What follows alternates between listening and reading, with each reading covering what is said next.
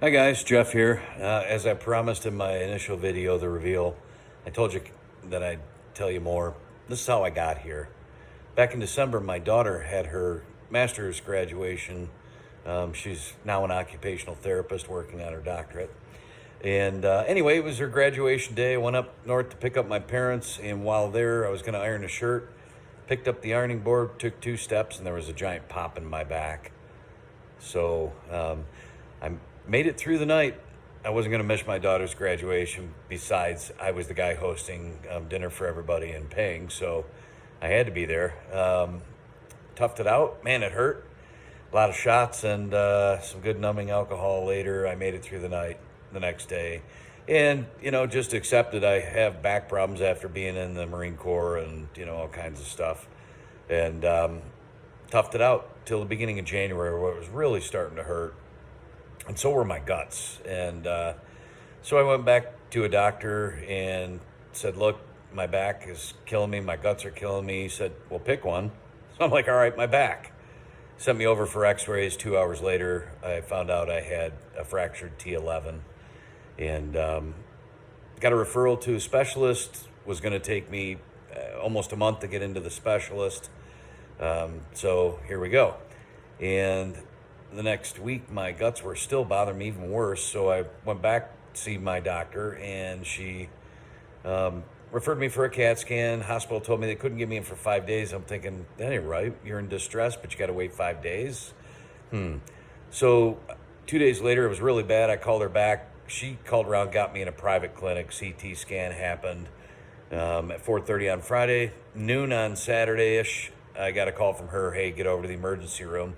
You've got acute diverticulitis, losis, whichever, how you say it, but and an abscess. And while they're there, the surgeon's talking to you. Mentioned they saw some lesions on your spine.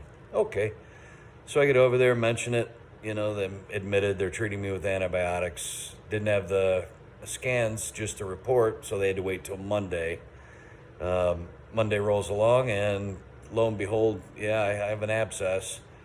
They decide surgery's not the right option, a little too risky, blah, blah, blah. But the lesions on my spine are there, and so my attending, who was an absolutely wonderful doctor, didn't want GI to discharge me as I was continuing to experience the problems, but the lesions on my spine concerned her greatly. Got my MRI pushed up, got me in, and man, I'll tell you what, if you ever have to go through an MRI on your spine like that, it's very uncomfortable, to say the least. Anyway, results came back, and I found out sitting in my bed, because they make you sign up for the health charts, all alone, sitting there flipping through Facebook and the news on my phone, and a health chart update came up. That's how I found out I had metastatic cancer, meaning it came from somewhere else. It was a few hours before any doctor came in and talked to me, and yeah, that was an ice cold bucket of water.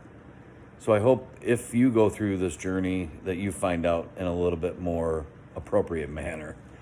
The attending got me lined up with all kinds of tests. She moved heaven and earth. I'm so grateful to her. As a matter of fact, I said that to her after I came out from the tests, and she just held my hand and told me God put certain people in certain places at certain times for certain reasons, and I believe her. When they did the testing, they did a biopsy of my spine where the fracture had happened, and discovered it was multiple myeloma, which is a cancer of the bone marrow. And that got revealed to me the following week. So let me tell you, that experience in the hospital, just to cut to the chase, was absolutely no fun. It's not a place to rest. By the time I got out of there, I was just whipped exhausted. So I find out the next week it's multiple myeloma, and we're going to come up with a plan.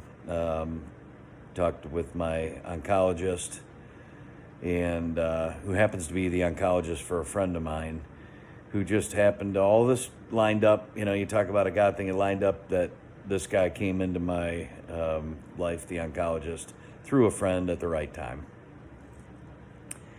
So they get a treatment plan worked out.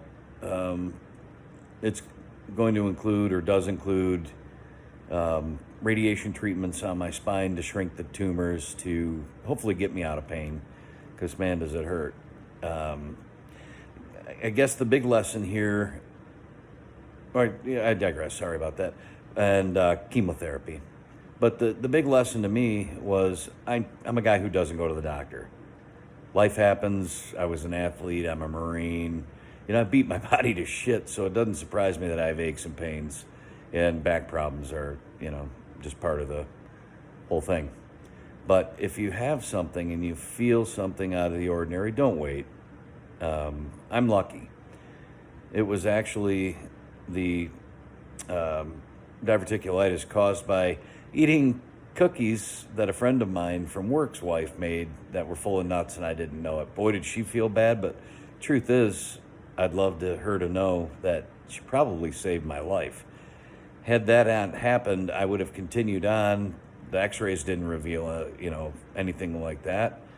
And probably would have gone through the whole process thinking I had a back problem with the, surgeon or the orthopedic surgeon. It had probably taken months to get to the bottom line, and who knows by then.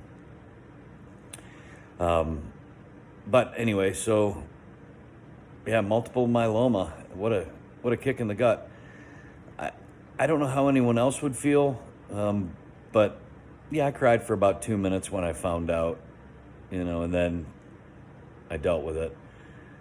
Little background, my sister fought cancer for 26 years and ultimately lost her battle when stage 4 melanoma had come back and spread through her lungs, liver, kidneys, brain, in between muscles, all that. So I'm no fan of cancer, and the C word sure made me understand what my sister had felt, I'm sure, for many years.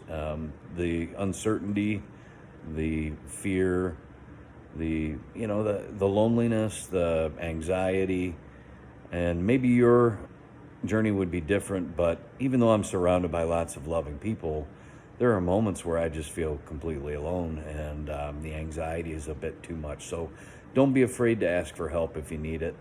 I'm not the kind of guy that would, but I am now. And know that your friends and family are there for you.